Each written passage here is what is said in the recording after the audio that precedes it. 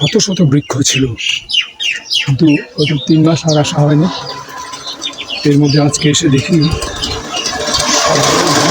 কেটে ফেলা হয়েছে।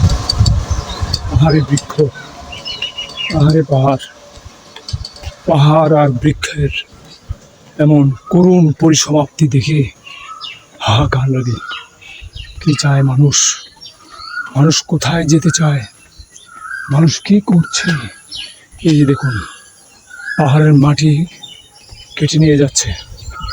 কত শত বৃক্ষ আজ কাটতে দেখেছি মানুষকে, মানে বৃক্ষ কাটতে দেখিনি, কাটা হয়ে গেছে।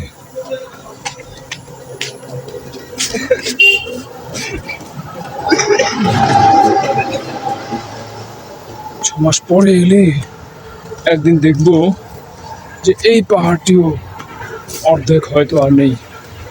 এভাবেই চলছে। আমার তো পা ভাঙা, যার কারণে আগের মতো আর পাহাড় চষে বেড়াতে পারি না। পাহাড়ে এখানেও বৃক্ষ কর্তন হয়েছে। হায়, ফাঁকা, সবই ফাঁকা, সবই ফাঁকা।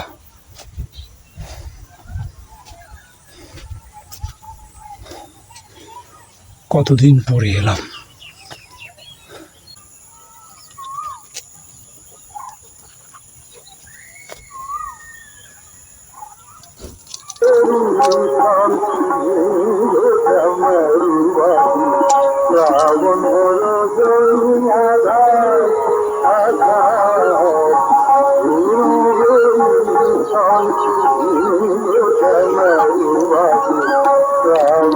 আজকে 5 জুন 2024। আমার শরীর আজকাল খুব বেশি খারাপই যায়। এটাকে এখন আমি স্বাভাবিক একটি বিষয় বলেই ধরে নিয়েছি। বাসায় যখন থাকি কখনো ওষুধ খাই, কখনো খাই না, এবং মানসিকভাবে শক্তি যোগানোর জন্য, মনোবল বাড়ানোর জন্য আমি যুদ্ধের ছবি দেখতে থাকি, এবং আমি মনে করি যে আমার কিছুই হয়নি। কেননা আমি শারীরিক এবং মানসিকভাবে ভেঙে গেলে এখন আমার সন্তানেরা একেবারে অসহায় হয়ে পড়বে। এমনিতেই তাদের অবস্থা খুবই খারাপ। আমার পেশাগত অনিশ্চয়তায়, তারপর এই অসুখে আমার অবস্থা আরও খারাপ হয়ে গেলে আমার পরিস্থিতি ভয়াবহ হবে। তাই যুদ্ধের ছবি দেখে, নৃশংসতা দেখে, রক্তপাত দেখে আমি বুঝতে চাই, নিজেকে বোঝাতে চাই যে আসলে আমার কিছুই হয়নি। পৃথিবীতে কত নৃশংসতা, কত নিষ্ঠুরতা, কত কষ্ট ছিল মানুষের। আর ওই তুলনায় আমার একটু অসুখ, আমার একটু মাঝে মধ্যে অসহ্যকর ব্যথা, অস্বস্তিকর উপলব্ধি, এগুলো কিছুই না। তো আজকে 5 জুন 2024।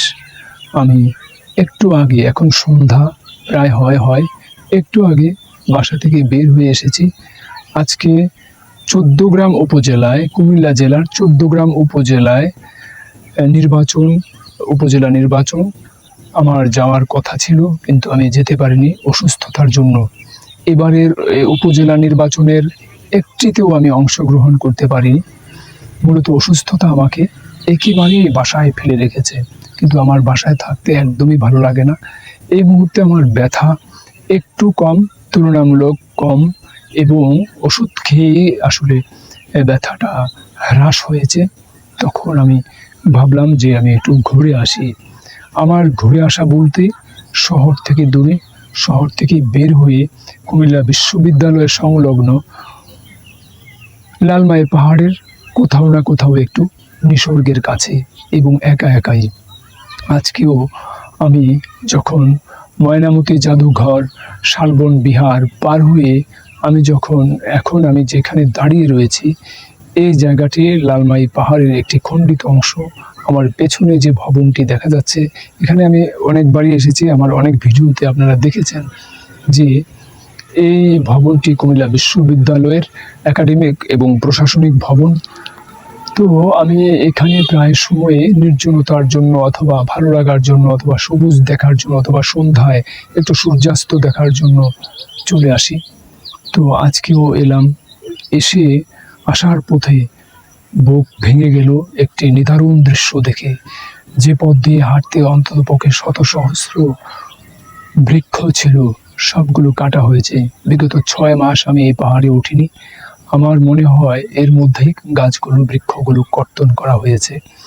অনেকেই বলেন যে এগুলো ব্যক্তি মালিকানাধীন গাছ, কিন্তু ব্যক্তি মালিকানাধীন গাছ হলেও, বৃক্ষ হলেও ফের লাগানো আর হয় না। পরে পাহাড় কাটা হয়, পরে তারপর মাটি বিক্রি হয়, তারপর দোকানপাট, বাসাবাড়ি এসব নির্মাণ হয়।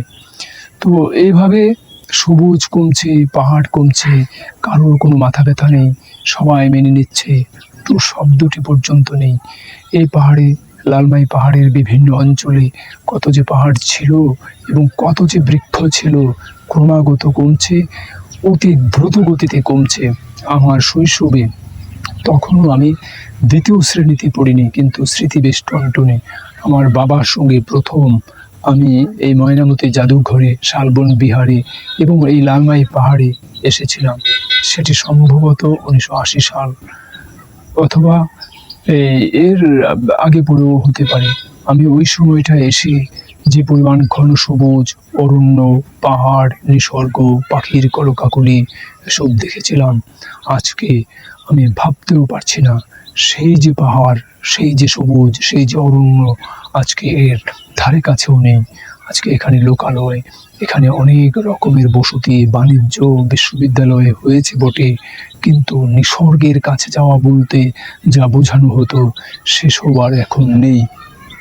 এখন এই যে ভালো লাগা না লাগার মধ্যে মানুষের তফাৎ, চিন্তায় চিন্তায় তফাৎ, আসলে এর বিভিন্ন ব্যাখ্যা রয়েছে।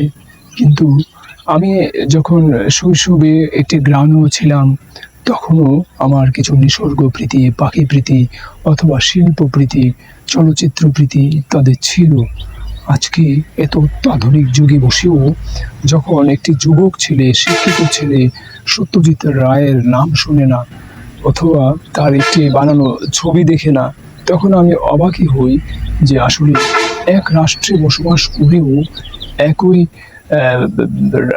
একই ভাষাভাষী মানুষ হয়েও আমরা কত বিচ্ছিন্নতার মধ্যেও বসবাস করি। আমার শৈশবে অনেক ম্যাগাজিনের মধ্যে আমি প্রথম সত্যজিৎ রায়ের ছবি দেখেছিলাম। তখনও আমি বুঝিনি যে কত বড় মাপের নির্মাতা তিনি। তখনও বুঝিনি কত বিশাল, কত বড় মাপের পেইন্টার তিনি। এত সুন্দর স্কেচ পরবর্তীতে, বিশেষ করে 1992 সালে পেলাম সত্যজিৎ রায়ের, অবাক হয়েছি। এবং যখন তার পরিচালিত চলচ্চিত্রগুলো ক্রমাগত দেখছিলাম 1992 সাল থেকে ধারাবাহিকভাবে, এবং তার যে লেখনী, তার যে সাহিত্য, তার যে উপন্যাস, তার যে গল্প, অথবা তার যে গোয়েন্দা গল্প, বিশেষ করে তার যে ফেলুদা অনবদ্য সৃষ্টি, সেই ফেলুদার যে লেখনী, যেমন লেখনী তেমন তার স্কেচ এবং অঙ্কন, তেমনিভাবে তার যে চলচ্চিত্র রূপ অথবা তার ছেলে সন্দীপ রায়ের যে ফেলুদা নির্মাণ, এসব নিয়ে ক্রমাগত তখন মনোযোগ বেড়েই চলল। আর আজকের এই সময়ে ফেলুদাকে নিয়ে আমাদের যে কত ভাবনা। আমার ছেলে এখন শার্লক হোমস পড়ছে, তো স্যার আর্থার কোনান ডয়েলের এই যে শার্লক হোমস, ওয়াটসন, এই সমস্ত চরিত্র নিয়ে প্রায়শই সে ইংরেজি পড়ছে, ইংরেজিটাই পড়ছে। তো এইসব সত্যজিৎ রায়ের ফেলুদা সৃষ্টির পেছনে এই সত্যজিৎ রায়ের শৈশবে পড়া শার্লক হোমস গোয়েন্দা কাহিনীর বিশেষ প্রভাব ছিল। সত্যজিতের যে তৈরি ফেলুদার যে ফেলুদা, পরে এটা প্রথমে এই ফেলুদার চরিত্রে অভিনয় করেছিলেন সৌমিত্র চট্টোপাধ্যায় অনবদ্য, এবং বিশেষ করে তার যে এই জয় বাবা ফেলুনাথ, জয় বাবা ফেলুনাথে সৌমিত্র চট্টোপাধ্যায় ফেলুদার চরিত্রে কি দারুণ অভিনয় করেছেন। পরবর্তীতে ফেলুদা চরিত্রে বিভিন্ন বিভিন্ন ভাষায় বিভিন্ন নামকরা অভিনেতাই অভিনয় করেছেন। বিশেষ করে সব্যসাচী চক্রবর্তী, তিনি যে অভিনয় করেছেন ফেলুদার চরিত্রে, সে তো অভাবনীয়।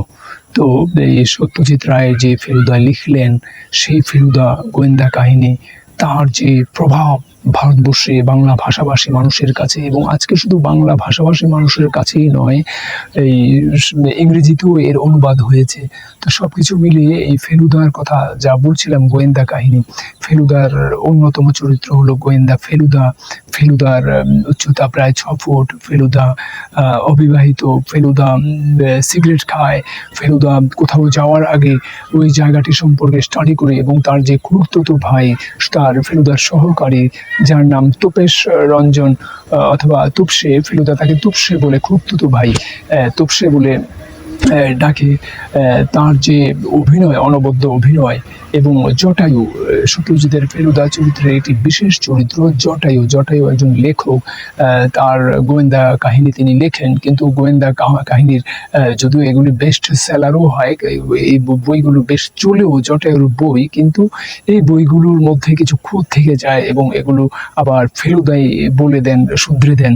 তো এই সমস্ত বিষয় নিয়ে আমাদের যে এক সময়ের যে ভাবনা ছিল, পাঠ ছিল, এবং আজকেও আমার ছেলে অথবা বউ অথবা আমরা যে সময়গুলো যাপন করেছি সত্যজিৎ রায়কে নিয়ে, ফেলুদাকে নিয়ে, সব্যসাচী চক্রবর্তীকে নিয়ে, এরকম বিভিন্ন বিষয় নিয়ে, মানুষ এখন আর এসবে মগ্ন থাকতে চায় না। তো মানুষের এখন কি অবিরাম এক নেশা। মানুষ কেবল পাহাড় কাটবে, সবুজ ক্ষয় করবে, মানুষ কেবল সবুজ হত্যা করবে, অক্সিজেন কমিয়ে দিবে, এই গ্রহের উত্তর মেরু দক্ষিণ মেরুর বরফ গলিয়ে দিবে। এই যে মানুষের এক বিধ্বংসী নেশা, এ থেকে পরিত্রাণ কবে, কোথায়, কিভাবে পাবে মানুষ, মানুষ নিজেই হয়তো জানে না। হ্যালো।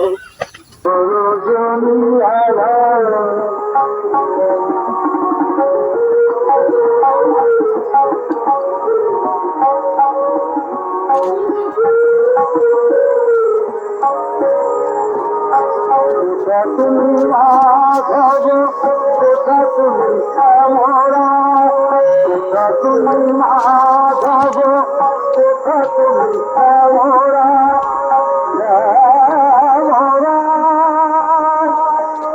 শ্যামরা,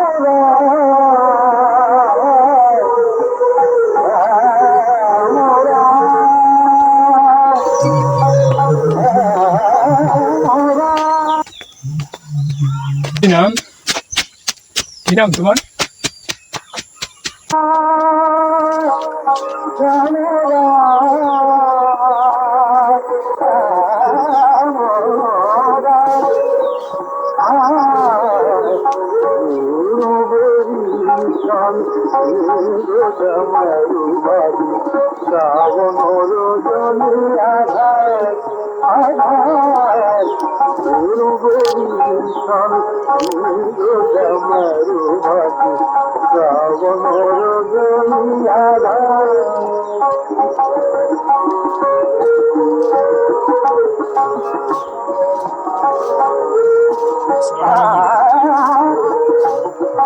এক ভাই দাঁড়িয়ে আছে, আমি ভাবলাম উনি নিয়ে এদিকে।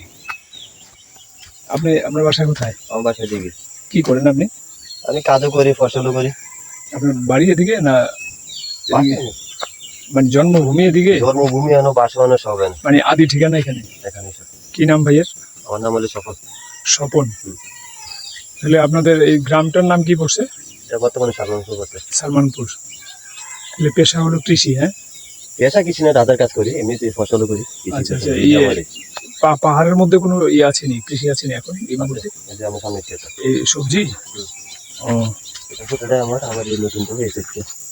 ওই মোকসুদ আলী ভাই নামে একদিন ওদিকে দেখা হলো জাম্বুরায়, উনি কাসাবা করছেন আর কি। এটাই তো কাসাবা? হ্যাঁ এই ইউ ভাই, ভাই এটাই তো কাসাবা? কে লাগিয়া? নেমি কে লাগিয়া? খাতে এটা কি মালিক নেই জানাই? হ্যাঁ, আপনি যে একটা ছিল ওই দিক দিয়ে ছিলেন, আমি ওই দিক দিয়ে ভেড়া ভেঙে নামান যাবো, রাস্তার সাইডে দিয়েছিলেন। বলতে তো হবে। না, এটা তো আপনি সোসে একটা জিনিস বেড়াটা ভাঙে, আপনি এই দিক দিয়ে সাইড দিয়ে আইয়েন। কি খায় কি নেয়? আমরা ওটা আমার নষ্ট করে তো লাভ না, আপনি এই দিক দিয়ে সাইড দিয়ে রাস্তা সেই দিক দিয়ে ঢুকেন।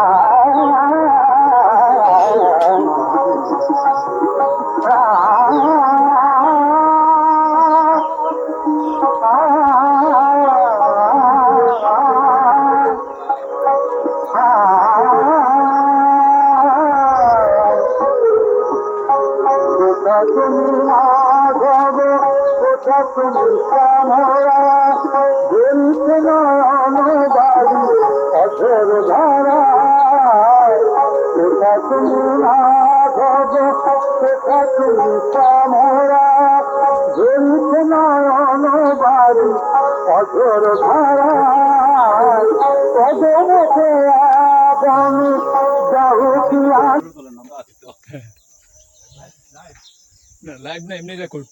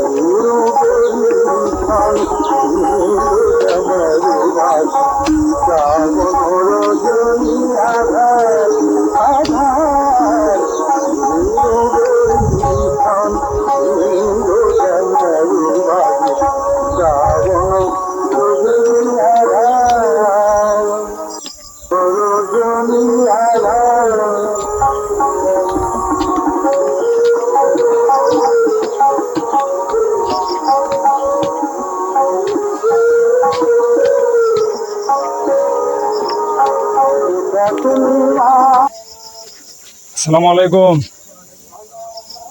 ভালো আছেন নি? শরীর তো ভালো নাই বহুদিন বহু মাস, শরীর ভালো নাই বহুদিন বহু মাস আমার। আপনার আপনি হ্যাঁ সেই, কিন্তু আমি বলছি ওই পিলারটা আছে না, কারেন্টের যে পিলারের ওদিকে এক সাইকেল দেখে ভাবলাম আপনি নি, গিয়ে নেমে দেখলাম যে না আপনি না, ওখানে স্বপন নামে এক ভাইয়ের সঙ্গে পরিচয় হলো। চিনছেন? হ্যাঁ, ওই আগের ভিডিওতে আপনার নাম আছে, এখন নাম ভুলে গেছি, অসুখে আমার অবস্থা ভালো নাই। নামটা কি ভাইয়ের?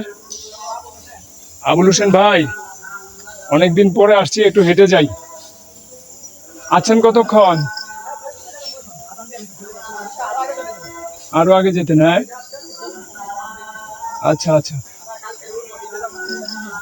ও আবুল হোসেন ভাই, পাখি পাহাড়ের পাখি কোন সময়টায় পাওয়া যায় ছবি তোলার জন্য? পাখি বিভিন্ন রকমের পাখির ছবি তোলার জন্য কোন সময়টা ভালো, দুপুরে না সকালে না বিকেলে?